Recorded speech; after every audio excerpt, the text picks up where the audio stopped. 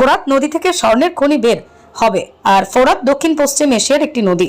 এটি তুরস্কে উৎপত্তি লাভ করে সিরিয়া ও ইরাকের ভিতর দিয়ে প্রবাহিত হবে।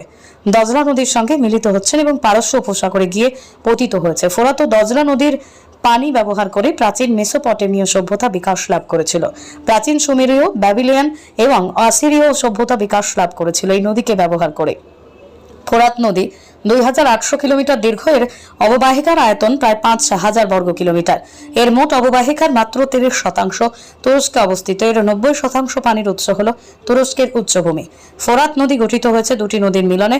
ফোরাত নদী 2800 কিলোমিটার দীর্ঘ। এর অববাহিকার আয়তন প্রায় 5000 বর্গ কিলোমিটার। এর মোট অববাহিকার মাত্র 30% তুরস্কে অবস্থিত। এক হাদিসে রাসূল শাহ বলেন, অচিরেই ফোরাত নদীতে স্বর্গের খনি উন্মোচিত হবে। সুতরাং যে ব্যক্তি যে সময় বেঁচে থাকবে সে যেন তার কোনো অংশগ্রহণ না করে।